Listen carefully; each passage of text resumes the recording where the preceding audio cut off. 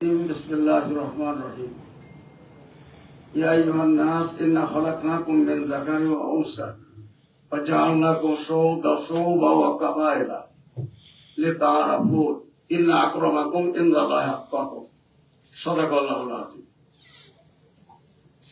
আজকের এই শিবভোজ উপজেলা পরিষদ কর্তৃক আয়োজিত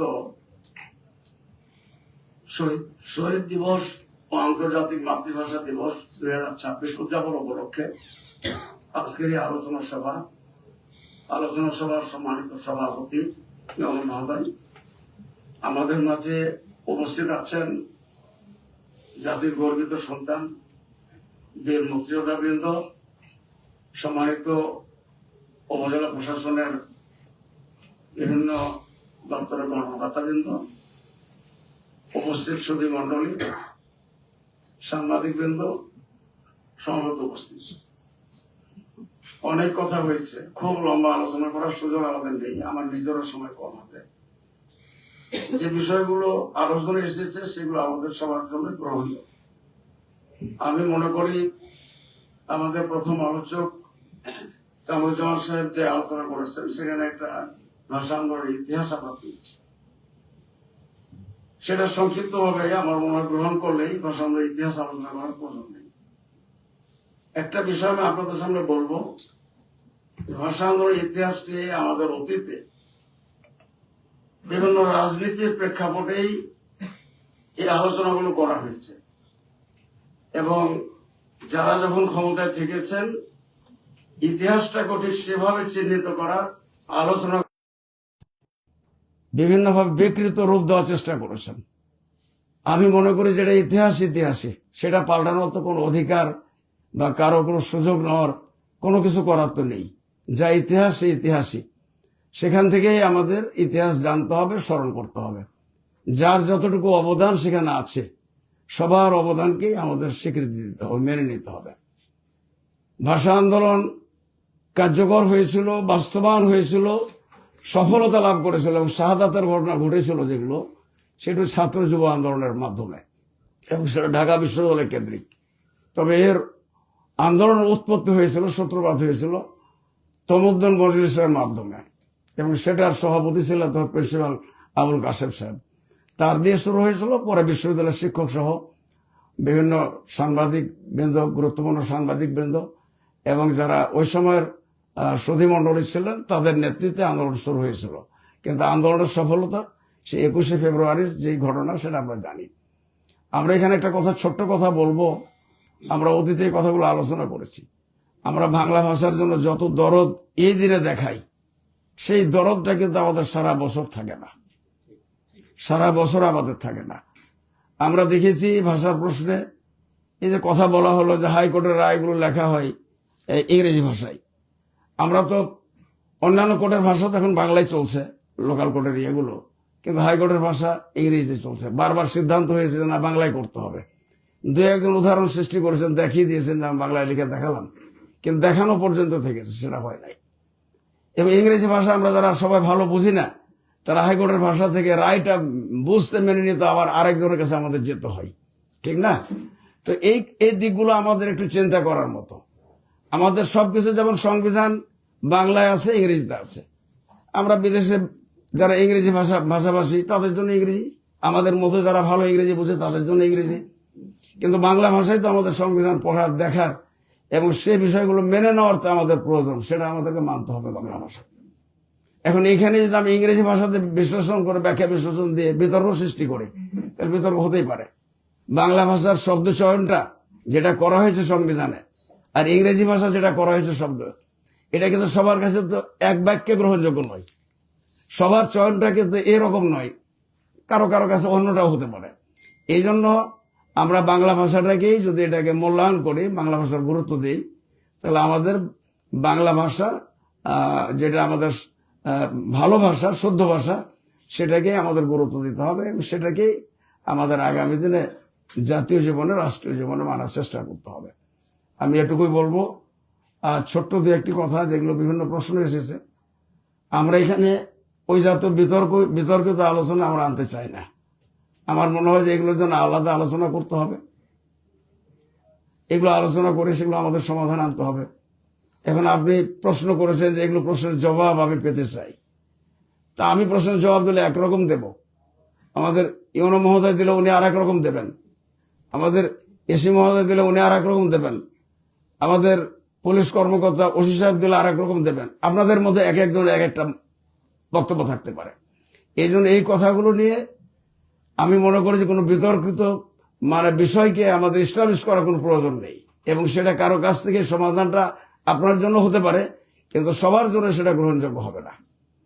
এই জন্য এই সমস্ত বিষয়গুলো, যেমন আমি আমার নিজের বুঝ থেকেই বলি, এই যে বলা হয়েছে বাংলা ভাষা, আমাদের বাংলা ভাষার ভিতরেই আঞ্চলিক ভাষা জুড়ে সব মিশে অনেক রকম ভাষা হয়ে গেছে। কিন্তু একেবারেই মূল ভাষা যদি আমরা ধরি বাংলা ভাষা, শুদ্ধ ভাষায় কথা বলতে পারে এরকম কজন বাংলা ভাষার লোক আছে? পার্সেন্টেজ কোশ্চেন আপনি দেখবেন এই 18 কোটি মানুষের মধ্যে কয়জন শুদ্ধ ভাষায় কথা বলতে পারে, এবং যেটাকে আমরা বাংলা ভাষা বলে স্বীকৃতি দেবো সেটা কয়জন বলবে, কয়জন লিখবে, এরকম লোক তো খুব বেশি পাওয়া যাবে না। এই জন্য ভাষার মধ্যে আমাদের এখনো দেখা যায় যে অনেকেই খুব বড় বড় যারা আমাদের বুদ্ধিজীবী বড় বড় কর্মকর্তা ভাষাবিদ নামে পরিচিত, তাদের মধ্যেও কিন্তু ভাষার মধ্যে নিজের আঞ্চলিক ভাষা বা নিজের শব্দচয়ন ভিন্ন থাকতে পারে, আছে। এই জন্য আমাদের যেটা মূল বিষয় সেটা হচ্ছে যেটা প্রকৃত শুদ্ধ বাংলা ভাষা, সেটাকে আমাদের রাষ্ট্রীয় সকল ক্ষেত্রে কার্যকর করতে হবে, সে দামে আমাদের থাকবে। আমরা ওই যে একটা বিষয় নিয়ে আমরা এর আগে আন্দোলন করেছি, আমার মনে আছে খুব বেশি, যে একসময় আমরা বলতাম যে বাংলা ভাষা নিয়ে আন্দোলন হলো, কিন্তু দিবসটা পালন হয় ইংরেজি তারিখ দিয়ে, 21শে ফেব্রুয়ারি দিয়ে। সেদিন তো ছিল 8ই ফাল্গুন। তা 8ই ফাল্গুন তো কেউ লেখে না, ওটাই তো হওয়া উচিত ছিল যে 8ই ফাল্গুন হবে ভাষা দিবস বা আন্তর্জাতিক ভাষা দিবস, বা আমরা যেটাকে শহীদ দিবস বলছি, সেটা তো কেউ করে না। এরকম ভাবে অনেক বিতর্কিত বিষয় আছে, আমি সে আলোচনা আনতে চাচ্ছি না। এগুলো আপনাদের চিন্তার জন্য, আপনারা লেখাপড়া করছেন, এই ভাষার উপরে বাংলা ভাষা ইতিহাসের বহু বইপত্র আছে, বহু লিখনী আছে, বহু কলামিস্ট লিখনী আছে, আপনারা দেখবেন। তো সে বিষয়ে আমার আর কোনো বক্তব্য নেই। তবে আমি এই জায়গায় বলবো, কিছু বিষয় একটু আলোচনা সমালোচনার বিষয় হয়ে গেছে, তো সেগুলো না করতে পারলেই ভালো। ওসি সাহেবের যে বিষয়গুলো প্রসঙ্গ টানা হয়েছে, আমাদের ভূমি অফিসের বিষয় প্রসঙ্গ টানা হয়েছে, বা আরো বিভিন্ন অফিসে, সেগুলো থাকতেই পারে, আছেই। এটা ধরে নিয়ে আপনাকে চিন্তা করতে হবে। যারা আমরা গ্রহণ করব, ওনার কথাটাকে ধরে নিয়ে গ্রহণ করেন, আলোচনা করেন। একেবারে টোটালি উড়িয়ে দিলে কিন্তু চলবে না, কারণ এটা তো বাস্তবতা, এটা অস্বীকার করার কিছু নেই।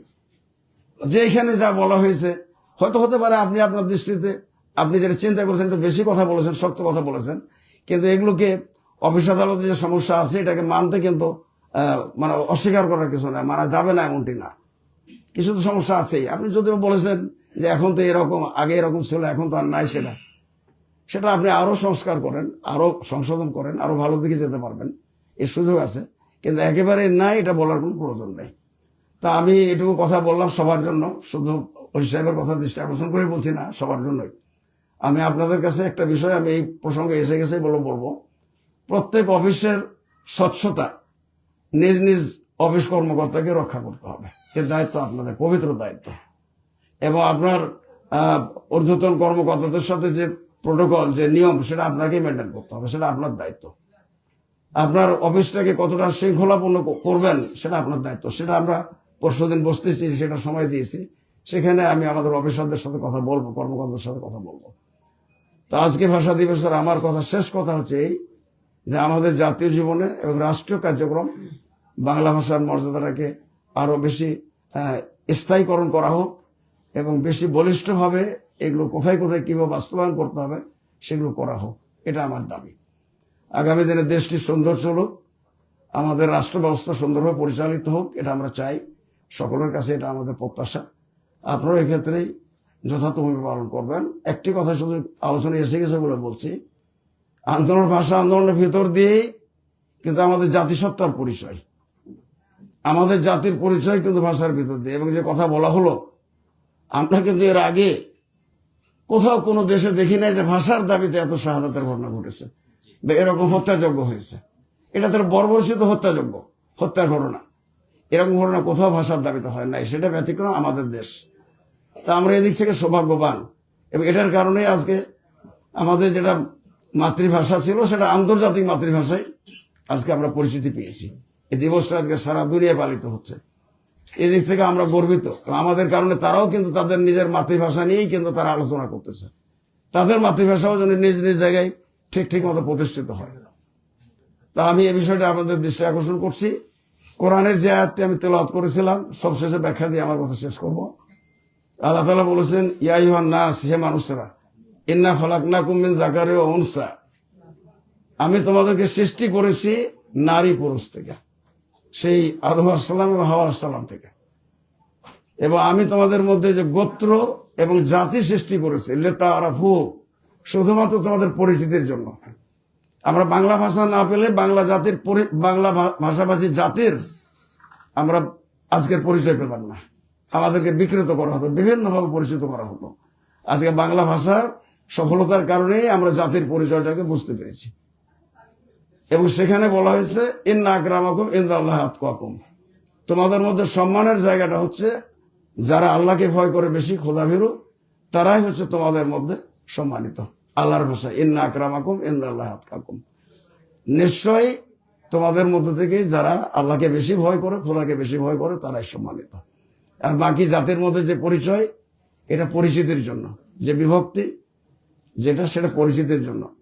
আমি অনুরোধ করব যে আমাদের জাতির যেন কোনোভাবেই বিভাজন না হয়। অতীতে যেগুলো বিভাজনের রাজনীতি হয়েছে, চর্চা হয়েছে, সেটাকে আমাদের পরিহার করতে হবে। এখন জাতীয় ঐক্যর দিকে আমাদের দাঁড়াতে হবে, সবাইকে একমত হতে হবে। কোন ভিত্তিতে, কিসের ভিত্তিতে জাতিকে ঐক্যবদ্ধ করা যায়? আমাদের জন্য দুর্ভাগ্য, যারা যখন ক্ষমতায় এসেছেন জাতিকে নিয়ে দ্বিধা বিভক্ত করা হয়েছে। এই যে জুলাই যে অভ্যুত্থান বা বিপ্লব, যাই বলি না কেন, আমরা এটাকে অস্বীকার করার কোনো অধিকার আছে কারো? সুযোগ আছে? কেউ করতে পারবেন? আজকে যদি না পেতে নির্বাচন হতো, আজকে আমাদের প্রধানমন্ত্রী সহ যারা সরকার গঠন করেছে, সরকার গঠন করতে পারতো। আমরা যারা এমপি হয়েছে, আমরা এমপি হতে পারতাম। তো তাহলে এটাকে আপনাকে স্মরণ করতে হবে। জুলাই স্মরণ যদি আমরা না করতে পারি, জুলাইয়ের চেতনাটাকে যদি আমরা কাজে লাগাতে না পারি, তাহলে আমাদের বাংলাদেশিদের জীবনটা ব্যর্থ জীবন বলে আমি মনে করি। এই জন্য সেটার প্রতি শ্রদ্ধা রেখে সকল শহীদের আমরা শাহাদাত কবুলিয়াতের জন্য আল্লাহর কাছে দোয়া করছি, এবং প্রয়োজন হলে একটু আনুষ্ঠানিকভাবে দোয়া করা। আমি এই কথা বলেই আমার বক্তব্য শেষ করতে চাই। সম্মানিত সুধীমণ্ডলী, আল্লাহ তাআলা আমাদের নিজ নিজ দায়িত্ব পালনের ক্ষেত্রে স্বচ্ছতার সাথে দায়িত্ব পালনের ক্ষেত্রে তৌফিক দান করুন। সকলের প্রতি আমার পক্ষ থেকে শুভেচ্ছা, অভিনন্দন, মোবারকবাদ জানিয়ে আমি আমার বক্তব্য শেষ করছি। আল্লাহ